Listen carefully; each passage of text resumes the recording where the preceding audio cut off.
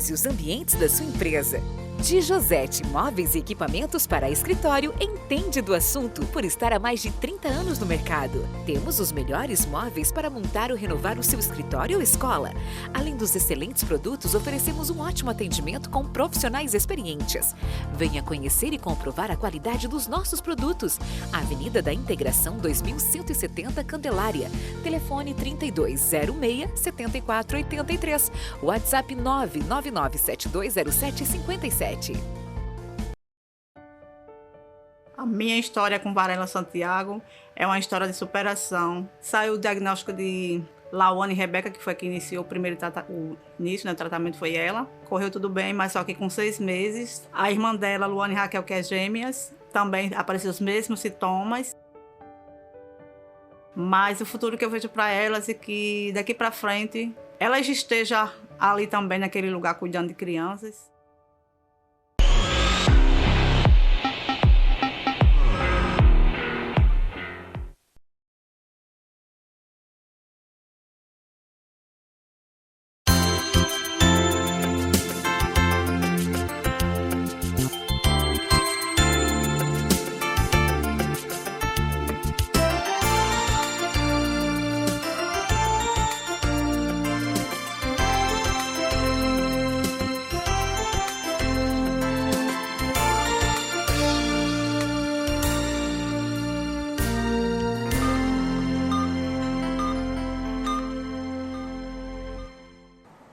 Estamos começando mais um programa Saúde é Tudo, aqui pela sua TV União.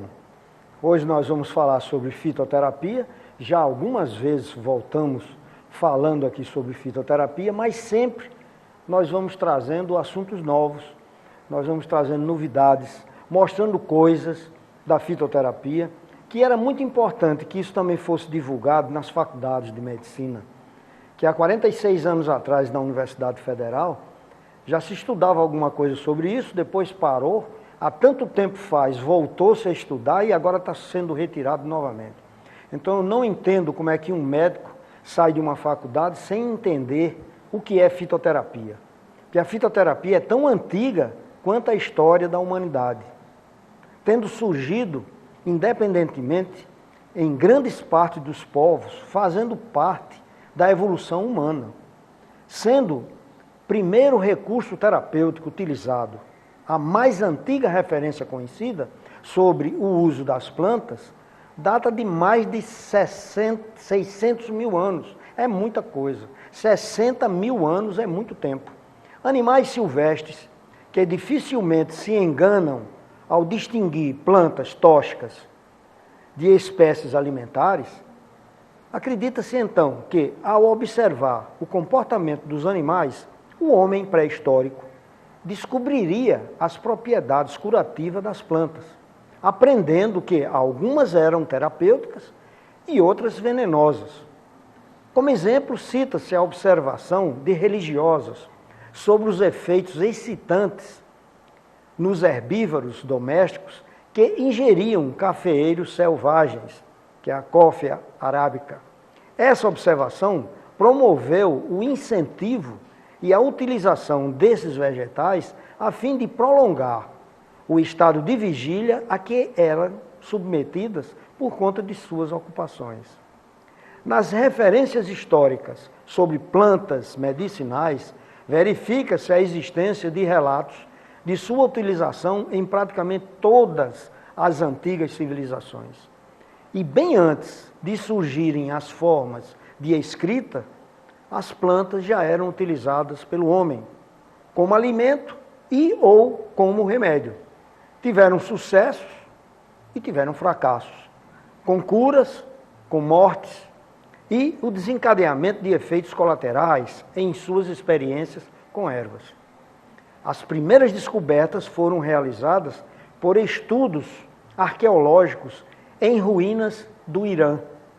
Depois, na China, teve início por volta de 3000 a.C., quando o imperador Shoshin Kei descreveu as propriedades do ginseng e da cânfora.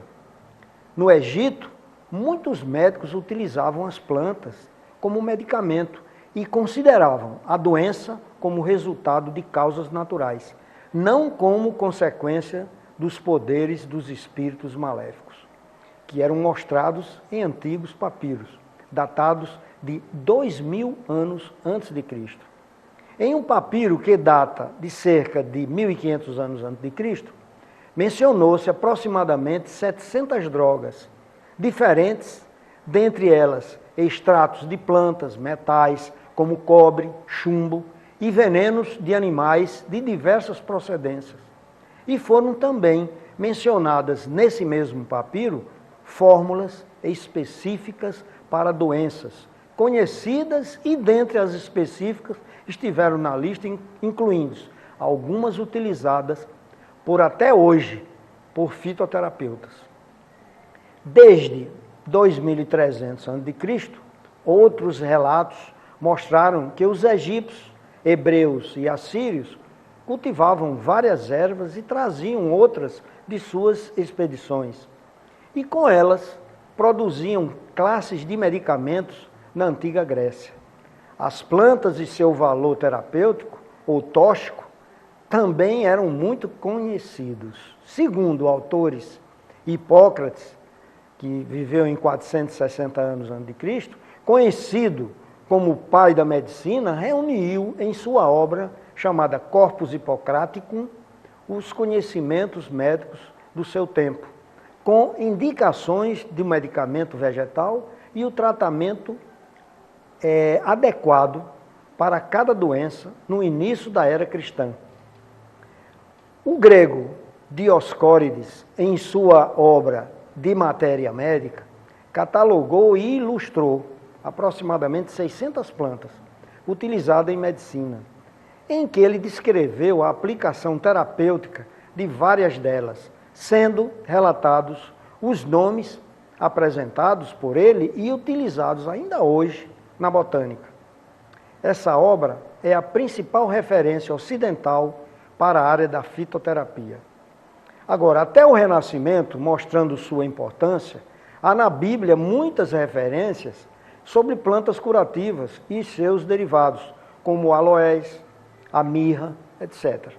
Na Idade Média, momentos históricos ocorridos na Europa, como a ascensão e a queda do Império Romano e o fortalecimento da Igreja Católica, elas influenciaram fortemente todos os conhecimentos existentes na época. Por isso, a medicina e o estudo de informações sobre plantas medicinais mantiveram-se parados por muito tempo.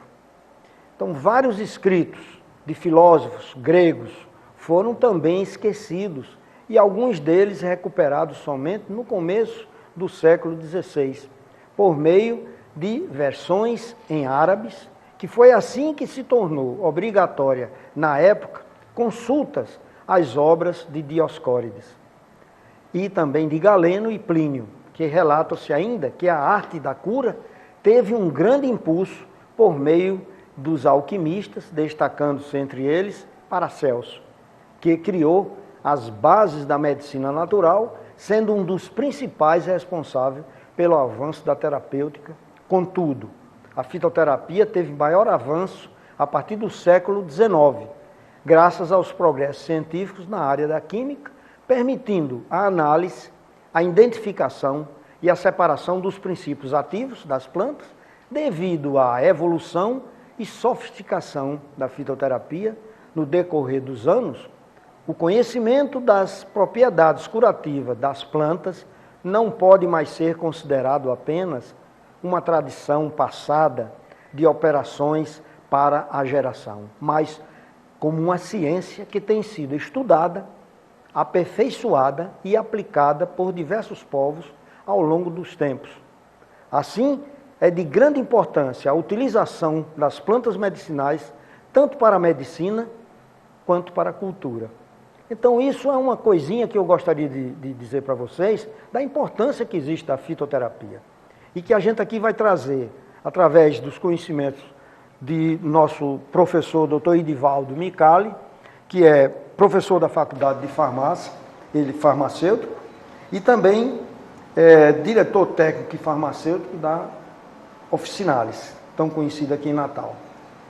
Então, doutor Edivaldo, qual o sentido que nós podemos dar ao emprego da fitoterapia?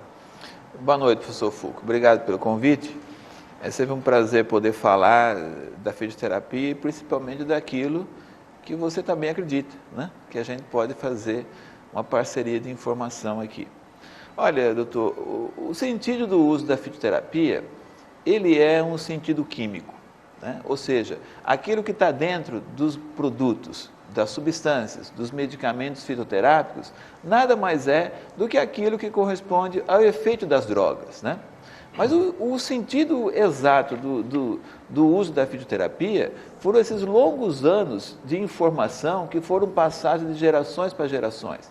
O senhor colocou muito bem, praticamente, o histórico da fitoterapia dentro do processo, né, de uso dentro para as doenças, e é exatamente esse. O sentido mesmo da gente utilizar é a gente ter a certeza de que aquela substância que está dentro da planta, ela vai trazer um efeito. E isso não tem novidade nenhuma, né? Afinal de contas, praticamente todos os medicamentos que nós utilizamos hoje, independente dos medicamentos, nós esperamos que algum conteúdo químico desse produto traga algum efeito, né? E por isso que a fitoterapia tem exatamente esse sentido, o efeito químico dos componentes da planta que nós estamos utilizando. Muito bem, doutor Edivaldo. Eu ia lhe perguntar qual é assim, a evolução, ou como é que está a fitoterapia no Brasil e no mundo. Eu, de uns tempos para cá, notei assim, uma proliferação de muitos laboratórios de formulação farmacêutica, né? Que primeiro não eram tantas. Existia muitos na época que eu era estudante de medicina, depois acabou. Eu me lembro que meu professor de dermatologia obrigava o estudante de medicina a aprender a formular. Depois acabou isso. Não se fazia mais. Agora, tem muitas farmácias, muita farmácia de manipulação, Sim. Mas eu acho que não existe muito conhecimento na prescrição desses medicamentos, que aí é que eu acho que seria muito melhor e muito mais sucesso, porque eu vejo muitas fórmulas, assim, repetidas. O que eu observo, professor Fulco, é que a vontade da população brasileira, a ânsia dela em utilizar medicamentos derivados de plantas, de utilizar a fitoterapia, é muito maior do que a disponibilidade. Veja só, é muito comum um paciente ir a um determinado profissional, a um médico, e ele dizer: doutor, o que o senhor acha de eu usar a fitoterapia? Quantos profissionais o senhor acha que vai concordar com essa sugestão? Quantos profissionais o senhor acha que vai dar uma informação segura? Então, o que a gente nota é que a demanda da população é maior do que a oferta. Então, a fitoterapia no Brasil, ela está ainda na base da trombada. Ou seja, a utilização é muito mais por conta daqueles profissionais que confiam, que querem trabalhar bem, e nós temos uma demanda, por outro lado, de certa forma contrária. Mas já que o senhor perguntou a nível de mundo, veja, na Alemanha, o uso da fitoterapia corresponde a praticamente 40% de todos os tratamentos. E 40% é um número significativo, né?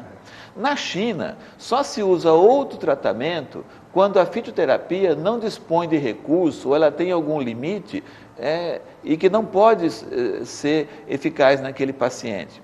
Então, na verdade, o tipo de tratamento na China, o tipo de tratamento padrão na China e em alguns países orientais, é a fitoterapia. Só se busca outro recurso quando não se consegue um resultado nesse anterior.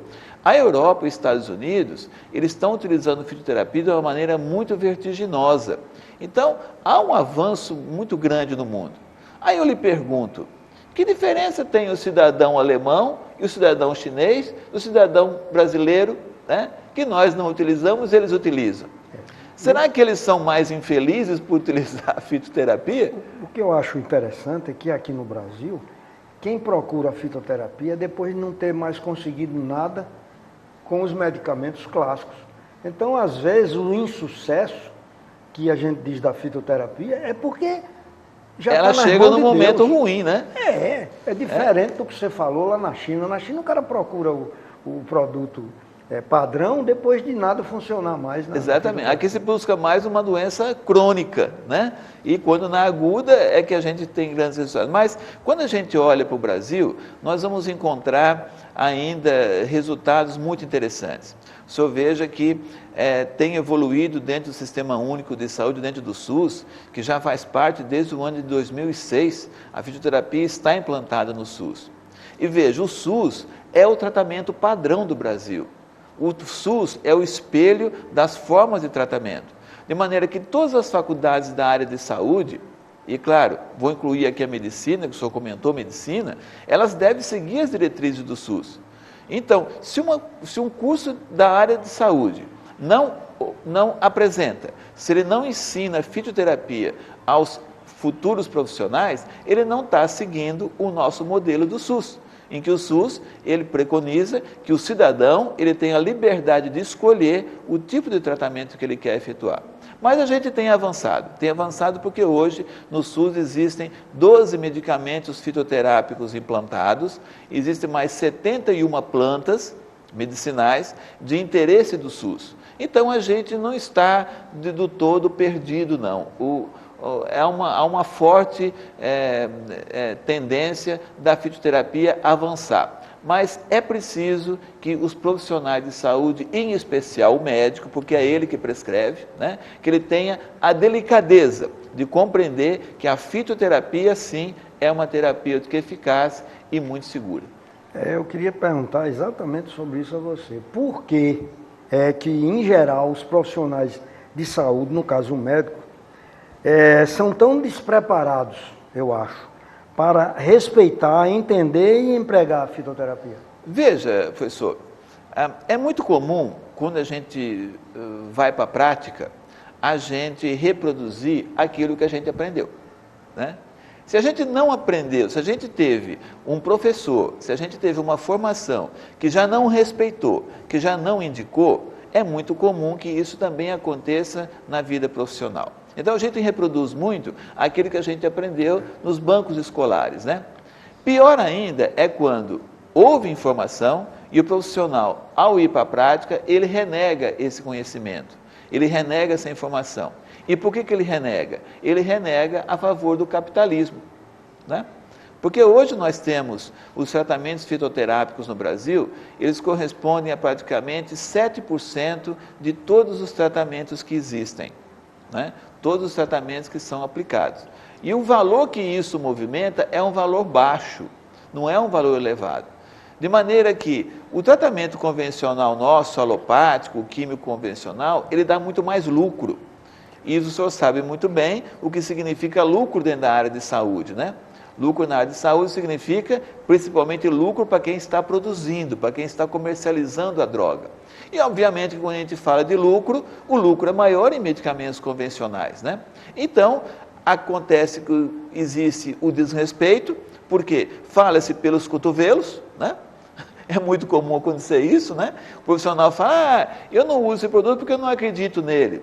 Ele não acredita porque ele ouviu zoeira, né? De que, às vezes, nem é verdade o que ele ouviu. Ou ouviu uma informação que não era uma informação segura. E ele deixa de acreditar porque não ouviu o que deveria ouvir corretamente, né?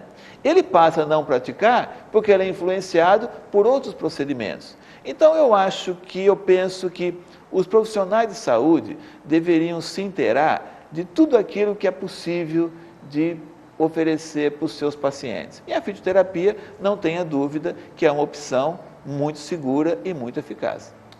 Eu dentro de faculdade, que já faz muito tempo que eu vivo dentro de faculdade, às vezes eu tinha dificuldade quando chegava nas turmas mais para o final, quando ia falar sobre, por exemplo, fitoterapia mesmo.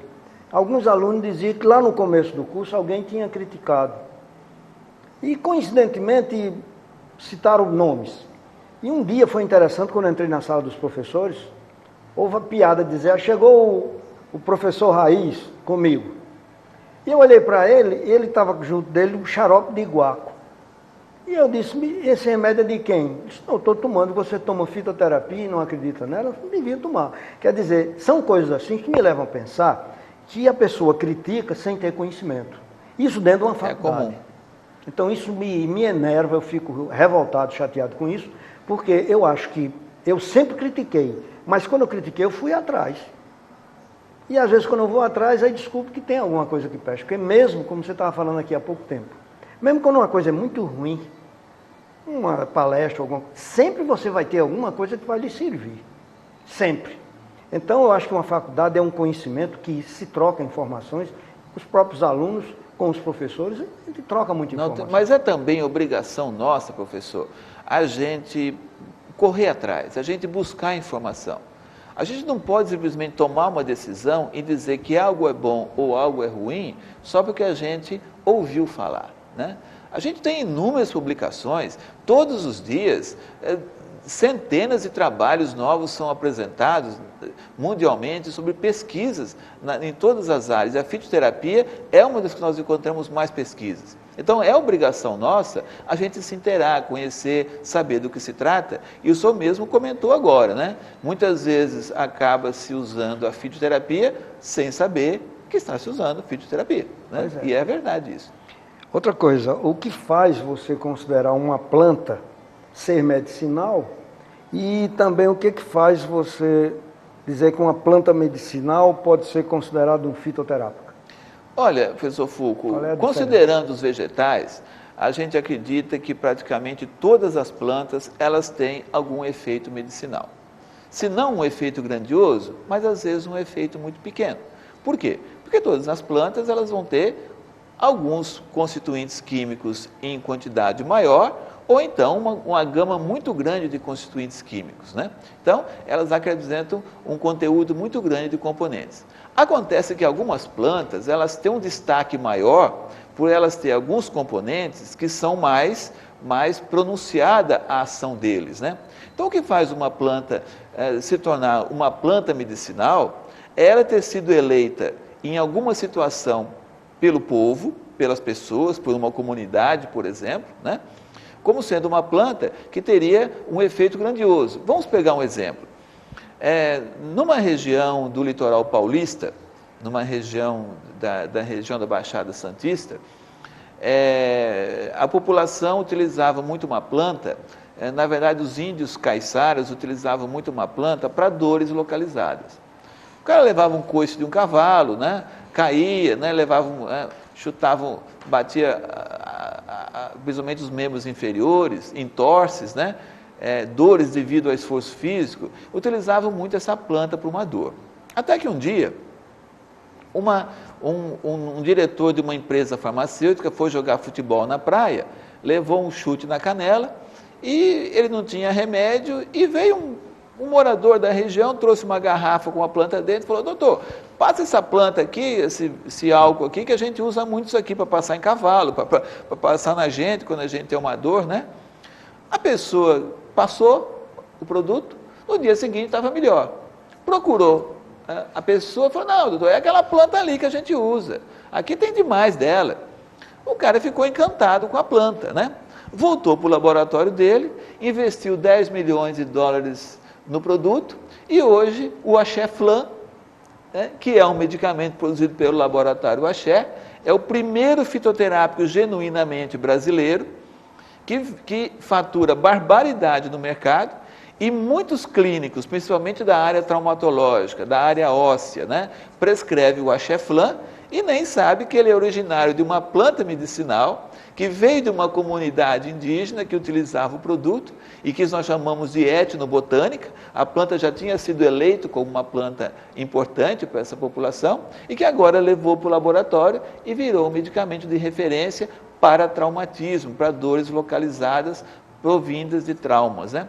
Então, veja, uma planta se transforma num grande medicamento quando ela já tem um histórico, né? Quando ela já tem um conhecimento popular e que na mão de uma indústria, na mão do clínico prescritor, ela pode se transformar realmente num grande medicamento. Pois é, você deu esse exemplo aí, e eu me lembro quando eu era pequeno, mamãe não era farmacêutica, nem médica, nem enfermeira, mas ela tinha um livreto lá e toda vida que eu recebia uma pancada, ela me fazia passar arnica, que deve ser um fitoterápico.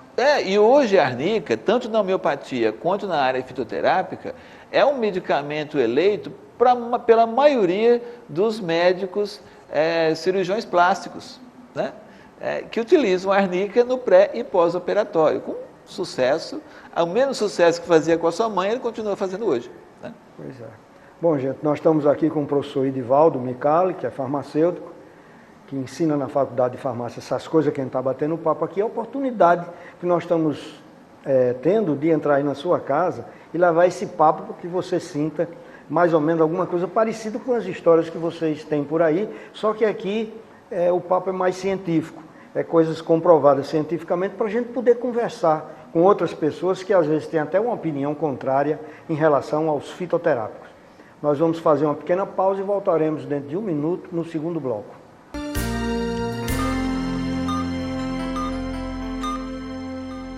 Valorize os ambientes da sua empresa. De Josete Móveis e Equipamentos para Escritório entende do assunto por estar há mais de 30 anos no mercado. Temos os melhores móveis para montar ou renovar o seu escritório ou escola. Além dos excelentes produtos, oferecemos um ótimo atendimento com profissionais experientes. Venha conhecer e comprovar a qualidade dos nossos produtos. Avenida da Integração 2170 Candelária.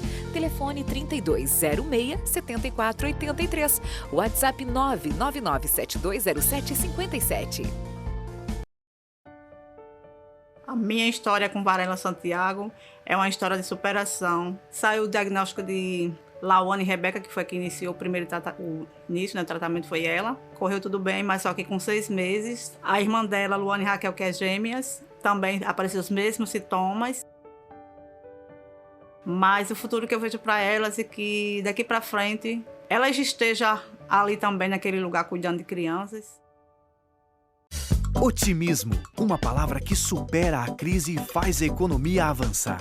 A Esterbon, uma empresa genuinamente potiguar, tem o otimismo como inspiração, investindo na qualificação dos seus colaboradores e na sustentabilidade. A Esterbon estimula a capacitação e práticas sustentáveis, como o tratamento de efluentes, a reutilização da água em áreas verdes e o uso da energia solar. Esterbon.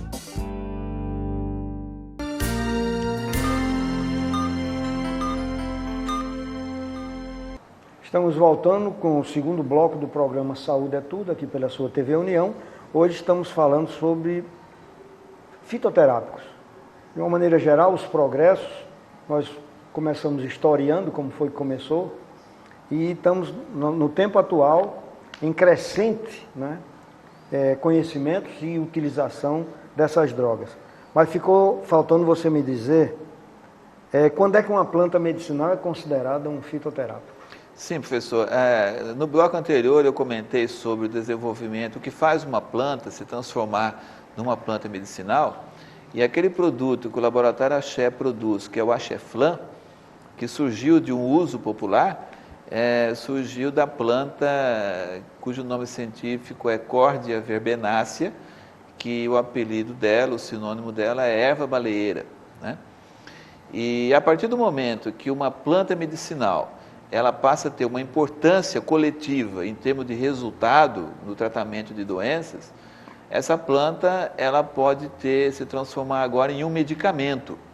O medicamento é aquele que tem um registro dentro da Agência Nacional de Vigilância Sanitária. Então, a partir do momento que uma planta medicinal se transforma num medicamento a ser comercializado e passa pelos testes in vitro, que é a pesquisa em células, e o teste em vivo, que é em seres humanos, agora ele é um medicamento. Então, quando uma planta medicinal se transforma em medicamento, ela passa a se chamar medicamento fitoterápico. Essa é a evolução do produto. E aí a gente entende bem assim, uma planta medicinal que é bem conhecida numa comunidade ou numa geração inteira, a gente pega, por exemplo, uns raminhos de uma planta e faz um chá.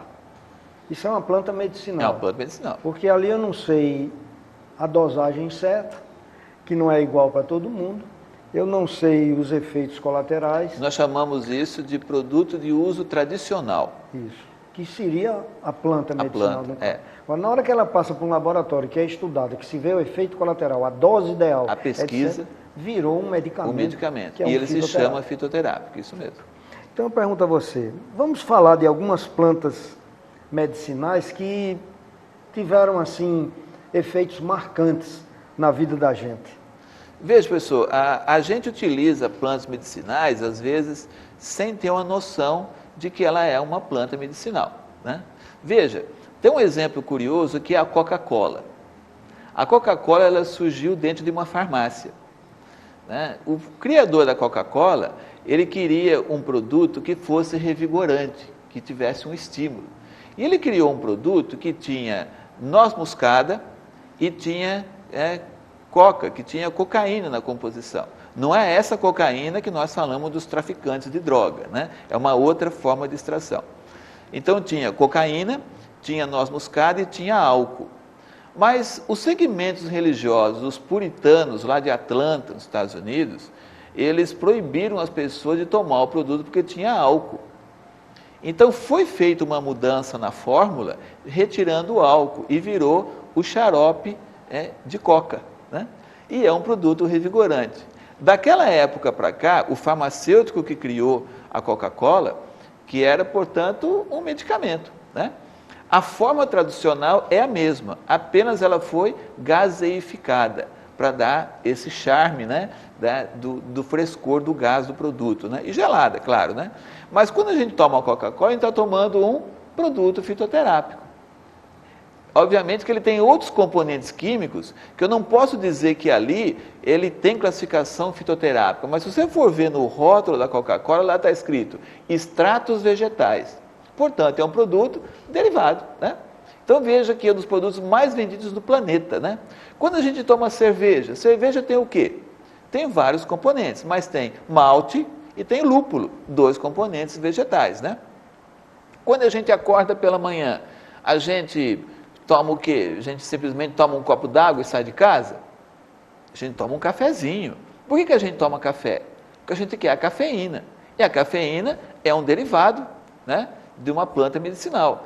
Então, a gente usa o café porque a cafeína dá uma animação, né? A cafeína dá um empurrão no dia, né? É o caso do chimarrão. A erva mate tem muita quantidade de cafeína também. Então, a gente usa as plantas medicinais de uma maneira muito intuitiva até. E elas fazem parte muito mais do que a gente imagina no nosso dia a dia. Muito bem. Então, vamos falar de alguns exemplos. Você já deu alguns aí, mas queria mais exemplos práticos. Porque, na realidade, nós aqui não estamos dizendo nem que café é bom, nem que Coca-Cola é bom. Cada um tem a sua indicação, não é? Cada um tem pessoas que não podem tomar café, outras não podem tomar Coca-Cola. Enfim, mas nós estamos mostrando a derivação delas. Sim. Que são vegetais de uma e maneira que a gente usa no dia a dia. Exatamente. Né? Então, queria mais alguns exemplos assim de algumas outras. Por exemplo, em medicina se usa a digoxina, que ninguém pôs abaixo ainda esse produto fitoterápico.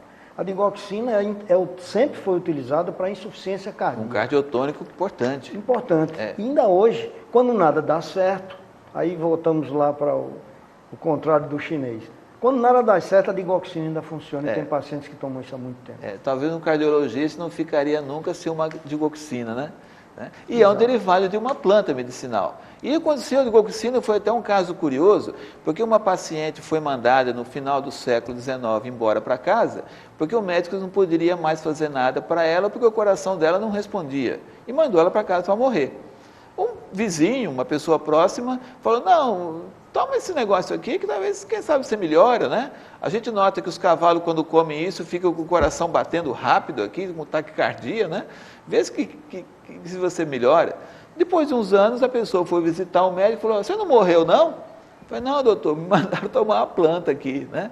E aí, é o que esse próprio médico que viu esse resultado resolveu estudar essa planta, né? A Digitalis purpúrea, que é a planta de onde se extrai a digoxina.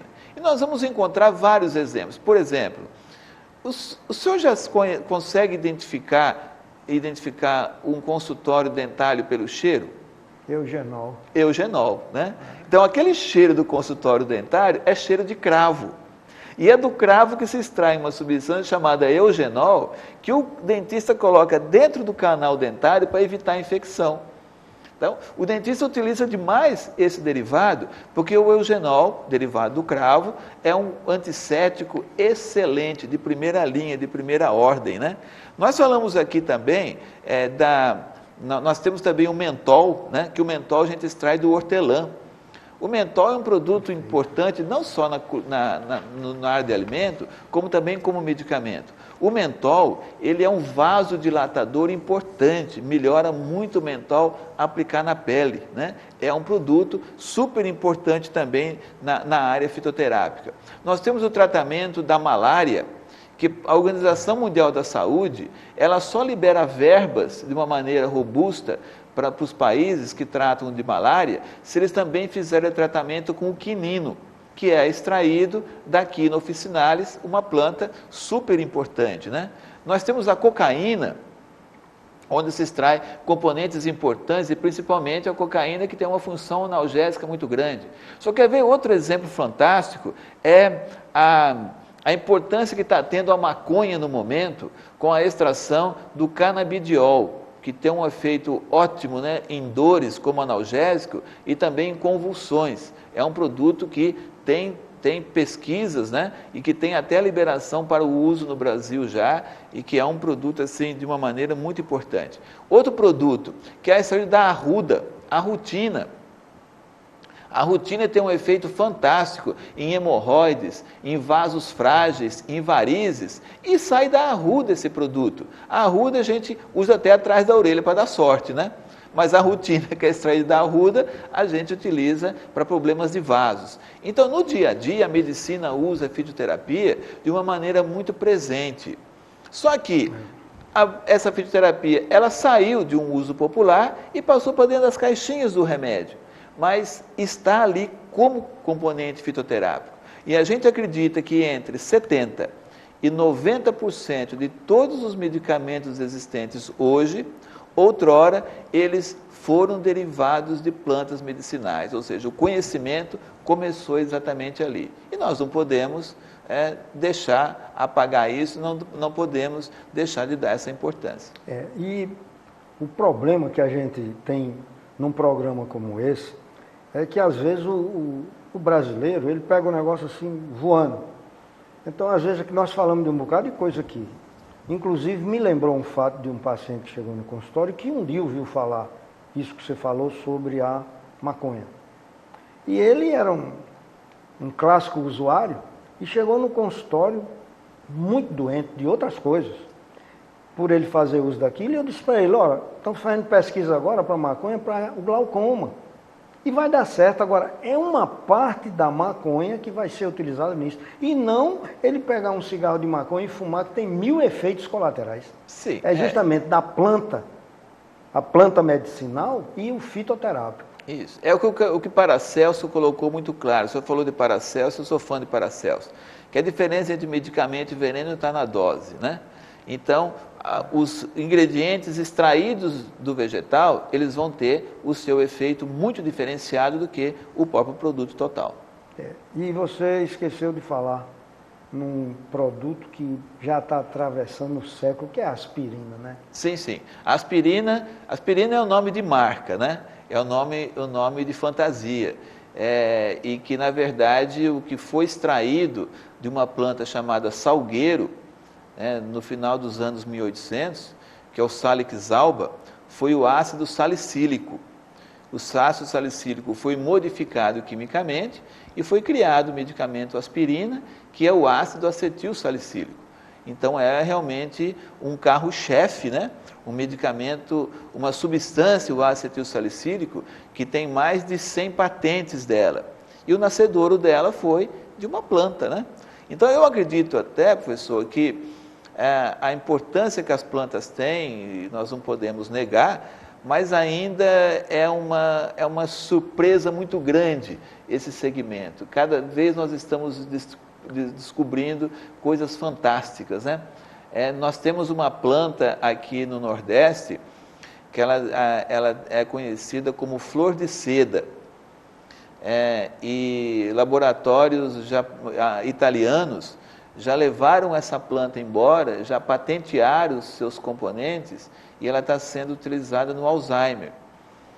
Então é uma planta muito interessante e que talvez a gente perdeu a chance de utilizar essa planta, porque ela foi patenteada e essa planta dá igual mato. Aqui na Avenida Rui Barbosa, perto do Hospital do Coração, a prefeitura vai lá, capina, na semana seguinte ela já está crescendo de novo. Ela está em cima do canteiro, ela nasce aí. E nasce moita dela, né? Quantidade grande. E planta que a gente capina todos os dias, né? Corta essa planta, ela é uma planta muito promissora no Alzheimer.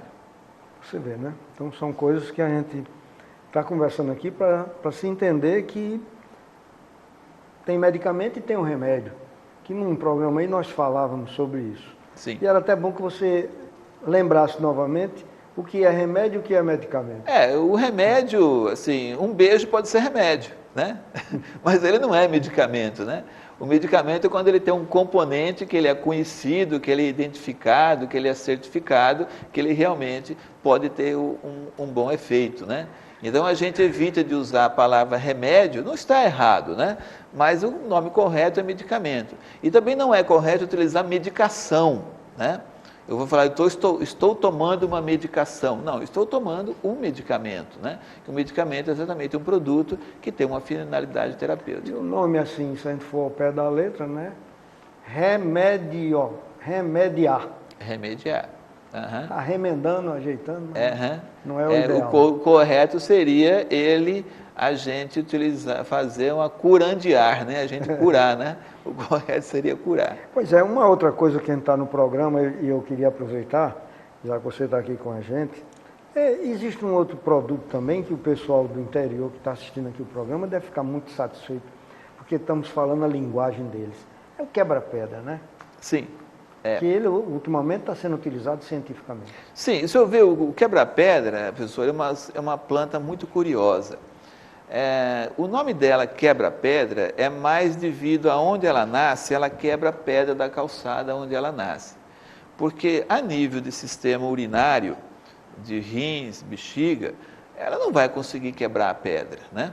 Mas a verdade do quebra-pedra é que ela é um medicamento muito bom, ela é uma planta cujos seus componentes têm um efeito antihipertensivo contra a pressão alta, porque ele é um vasodilatador. Então, os componentes químicos do quebra-pedra, ele dilatam os vasos e abaixa a pressão, como também ele dilata os condutos renais para facilitar a pedra passar. Então, ele não quebra a pedra do rim. Simplesmente ele dilata os condutos renais para a pedra que estava entalada agora poder continuar o seu trajeto. Então, o quebra-pedra, como um dilatador de vasos, é fantástico, né? E seria um medicamento muito bom para ser explorado no uso antihipertensivo, no uso da pressão arterial. Nós temos inúmeras drogas convencionais que têm o mesmo efeito do quebra-pedra. E coitado do quebra-pedra, a gente pisa em cima dele ali e não dá a menor importância, né? A gente pode ter realmente o medicamento no fundo do quintal. Tem também o caso que o senhor, como médico oftalmologista, deve utilizar a atropina todos os dias, né? E várias vezes ao dia. A atropina é derivada da beladona, atropabeladona. E a atropina surgiu exatamente disso, né? Porque as mulheres da Idade Média espremiam o sumo das folhas da beladona e pingavam no olho para o olho ficar bonito. Então ficava uma beladona. E ela pegou o nome de atropabeladona. E a atropina continua sendo um derivado vegetal, né, dessa planta, e que os oftalmologistas acreditam que não podem passar sem ela. Engraçado é que ela ficava bonita porque a pupila ficava grande. Dilata a pupila. E por isso que à noite as mulheres ficam com os olhos mais bonitos, porque dilata a pupila. Mas, na realidade, o remédio fazia elas, quem era hipermétrope, ficava vendo muito ruim, porque ele justamente anula, né, a acomodação. Né? Conquistava o noivo, mas não conseguia enxergar. Enxergá-lo bem. Muito bem, mas eu queria fazer uma outra coisa aqui que tem a ver com a nossa conversa. E os chás? Os chás, eles têm... Os chás não é uma coisa só. Ele pode ser uma planta medicinal e ele pode ser um fitoterápico. No meu entender, o chá, que é planta medicinal, é quando você colhe a planta, bota lá para ferver e tal, e prepara o chá. E aqueles chás que vêm industrializados já, etc., na medida certa, naquele saquinho, ele seria já o fitoterápico. Ou então você me explica como seria isso. Veja, Foucault, no Brasil nós não temos chás, né, na forma de sachê ou de planta rasurada, planta em pequenos pedaços, como medicamento fitoterápico. Não é uma tradição nossa, né? A tradição nossa é utilizar a planta para preparo de chá como uso tradicional, né? Claro, com as suas indicações terapêuticas, mas mais como uso tradicional. Então, é ofertada a planta rasurada, dividida em pequenos pedaços, né? Próprio para pôr dentro de uma xícara para fazer o chá, ou então na forma de pó que vem dentro daqueles saquinhos, daqueles sachês, né? Então, em geral, os produtos são de boa qualidade. Em geral, os produtos eles têm uma finalidade boa. A gente só alerta para ter a segurança do local de compra. Porque às vezes a pessoa compra uma planta para fazer um chá e essa planta ela foi guardada junto com outras, ela tem uma contaminação, às vezes com planta até tóxica, ou a planta pegou mofo e nós temos alguns fungos que são venenosos, né? Ou então, se a pessoa que está comercializando não tem o conhecimento correto, está vendendo uma coisa por outra e pode realmente trazer algum efeito anormal.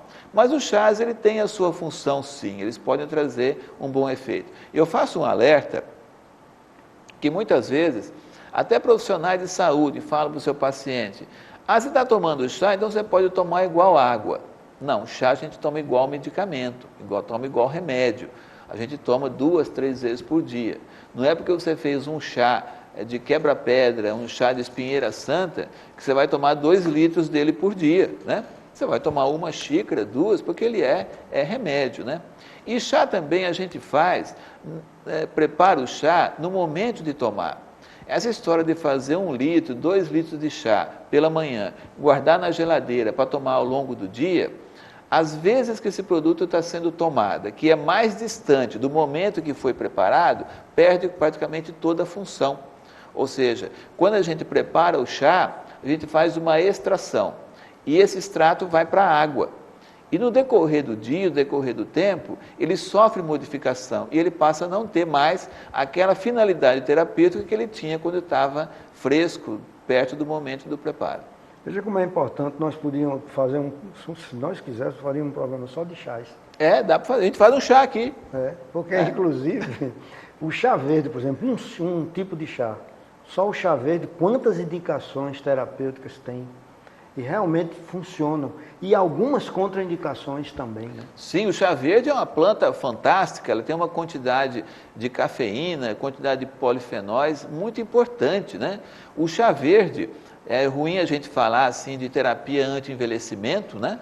Mas o chá verde tem propriedades antioxidantes fantásticas, né? Propriedades digestivas, propriedades estimulantes. Por outro lado também, um indivíduo hipertenso não deveria utilizar chá verde em grande quantidade, porque uma xícara de 150 ml de chá verde, de chá preparado, que foi preparado com 3 gramas da planta, tem em torno de 50 miligramas de cafeína, né? E a cafeína é um estimulante, pode aumentar o batimento cardíaco, né? Então tem que utilizar com certa reserva.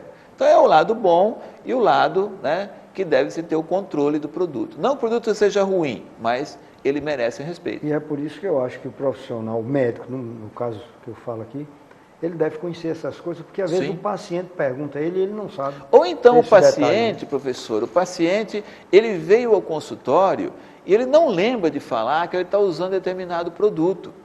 E dependendo do sintoma que o paciente dele tem, ele pode, né, observar que isso aqui deve ser sintoma de tal coisa, né? Isso é um pouco mais curioso. Ou então, pior ainda, é quando ele não sabe, ele renegou esse conhecimento, ele criticou o professor dele que falava lá na universidade, e o paciente dele está tomando determinado produto, e ele fala, não, isso aí não tem problema não, quando na verdade o sintoma do paciente dele pode ser esse problema. Muito bem, estamos aqui conversando e levando um pouco de conhecimento para todos vocês que estão assistindo o nosso programa. Vamos fazer um intervalo e entrar no terceiro e último bloco para finalizar aqui com o doutor Irivaldo Micali, que é professor de farmacologia e está aqui trazendo uma série de conhecimentos para todos nós. Voltaremos dentro de um minuto.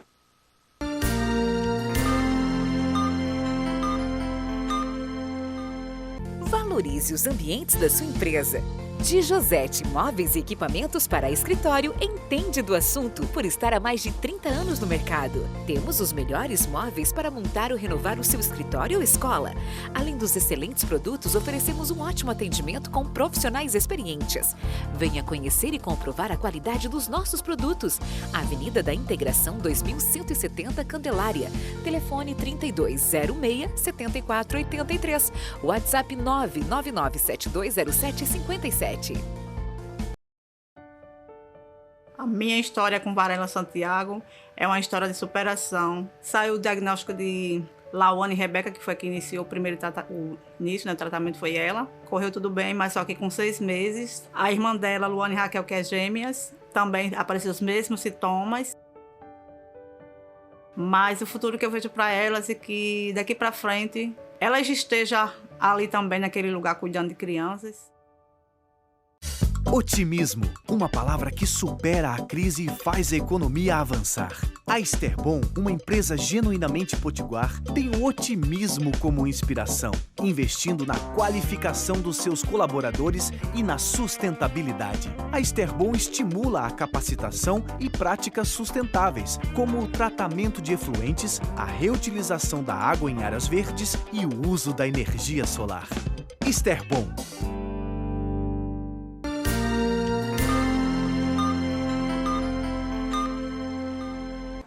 Terceiro e último bloco, hoje do nosso programa sobre fitoterapia, aqui pela sua TV União. E aproveitando aqui o professor Edivaldo Micali, que é farmacêutico, eu pergunto, atualmente, qual é a situação da fitoterapia no Brasil? Ela é boa? Ela é ruim? Ela é agradável? Como é isso? Professor, a gente esbarra muito hoje na qualidade do produto. Se a gente não souber escolher um bom insumo, uma boa fonte de produtos fitoterápicos, a gente vai dar com os burros na água, a gente não vai conseguir o resultado. É muito comum, até seus colegas de profissão, eles comentarem, mas eu utilizei tal produto em tal paciente e não funcionou. Existem pesquisas pelo mundo afora com a mesma substância, com a mesma planta. Tem um caso de uma pesquisa de uma planta chamada equinácea, em que foram feitas várias pesquisas em grupos de pacientes que tinham infecções viróticas respiratórias de repetição. Em alguns grupos, o resultado foi fantástico. Em outros, não serviu de nada, mesmo que não dá nada. A conclusão que se chegou é que era a qualidade do produto que foi testado que não tinha uma aplicabilidade boa. Então, para quem quiser, tanto profissionais prescreverem, quanto as pessoas utilizarem produtos de origem fitoterápica, deve fazer uma boa escolha do produto. Deve se certificar que aquele produto que está sendo utilizado, aquela matéria-prima, aquele medicamento, realmente ele tem uma qualidade adequada, né? Então, a gente ficar muito de olho numa boa escolha, né? Porque a gente vai estar trabalhando com um produto cujo resultado a gente precisa colher. Quando a gente fala de fitoterápico, nós temos também as farmácias vivas. As farmácias vivas, elas tendem a proliferar muito no Brasil. Então, às vezes a gente encontra um colega e fala assim, olha, lá na minha cidade estou querendo montar uma farmácia viva. Eu sempre falo, olha, é melhor montar um horto medicinal, porque uma farmácia viva de uma farmácia comum não tem nenhuma diferença. A farmácia viva, o medicamento está plantado no chão. E a farmácia convencional, o medicamento está na prateleira. E ambos têm que trazer o mesmo resultado. Então, uma farmácia viva hoje, o critério de seleção, o critério de fiscalização é quase que o mesmo de uma farmácia convencional, né? Então, é necessário uma boa escolha do produto para que você tenha realmente um bom resultado. Nós já falávamos aqui em outros programas, doutor Edivaldo, sobre escolha de medicamentos, de uma maneira geral. E nós assim, fizemos uma amostra do remédio clássico, do similar e do genérico. Nos fitoterápicos também tem isso? Não. No fitoterapia não tem produto genérico. Tá? A Europa tende a trabalhar um pouco com isso, né? Por que não dá para fazer um medicamento genérico, por enquanto, no Brasil, em relação a fitoterápico? Porque mesmo que você tenha duas plantas, uma do lado da outra, você vai ter diferença de componentes. Você já viu, por exemplo, uma plantação de milho? A plantação de milho, devido à constituição do terreno, alguns pés crescem mais, outros crescem menos, e isso tem uma diferença de componentes. Quando a gente começa a produzir medicamentos a partir dos extratos secos de plantas que são padronizados, a gente se aproxima um pouco mais de um produto genérico. Então, essa é uma tendência do mercado mundial, trabalhar com extratos secos padronizados, que poderia dar um ensejo para o medicamento genérico. Porém, eu penso que, se um dia nós trabalharmos com um produto genérico em fitoterapia, nós vamos estar, de alguma maneira, enterrando a fitoterapia popular, né? Então, eu acredito que as duas coisas poderiam trabalhar juntas, a fitoterapia tradicional com, possivelmente, uma fitoterapia padronizada. E nesse caso, para encerrar, como então a pessoa escolhe bem esse medicamento que você falou? Que tem que escolher um medicamento de qualidade. Olha, professor, o cidadão comum, na verdade, ele não deveria se preocupar com essa escolha. Quem tem que escolher bem é o clínico na hora de fazer uma boa prescrição, ele tem que ter um conhecimento, e a farmácia ou o laboratório industrial em comprar uma boa matéria-prima. Então, são esses estabelecimentos que tem que, a indústria farmacêutica tem que comprar uma boa matéria-prima e a farmácia de manipulação também tem que adquirir uma boa matéria-prima. O cidadão comum, ele tem que confiar no estabelecimento, mas o estabelecimento, de antemão, ele tem que se preocupar em oferecer um produto de boa qualidade. E ele pode exigir do fornecedor esses testes de qualidade e ele mesmo pode fazer alguns testes dentro do próprio estabelecimento para certificar se aquele produto é realmente aquilo que ele está oferecendo. E, obviamente, né, os profissionais prescritores devem fazer o manejo, né, devem fazer a vigilância do resultado do produto de seus pacientes. Então, como vocês viram, nós falamos de muita coisa de fitoterapia e nós concluímos assim: você que é o paciente deve escolher bem o seu médico, o médico que você confia, que o médico deve não trabalhar isolado, mas em conjunto. Normalmente, se o médico se isolar demais, se não tiver um farmacêutico, se não tiver uma outra pessoa, uma fonte de consumo, de leitura, de conhecimento, ele vai findar não tendo conhecimento suficiente para tratar bem aquele paciente ou prescrever bem aquele medicamento. Portanto, essa foi a nossa intenção nesse programa, foi alertar para vocês as escolhas certas e saber que a fitoterapia, apesar de ter 600 mil anos de existência, continua atual e continua prescrita pelo médico com boa intenção. Muito obrigado a vocês, muito obrigado, doutor Edivaldo, pela presença. E voltaremos outras vezes quando tiver oportunidade.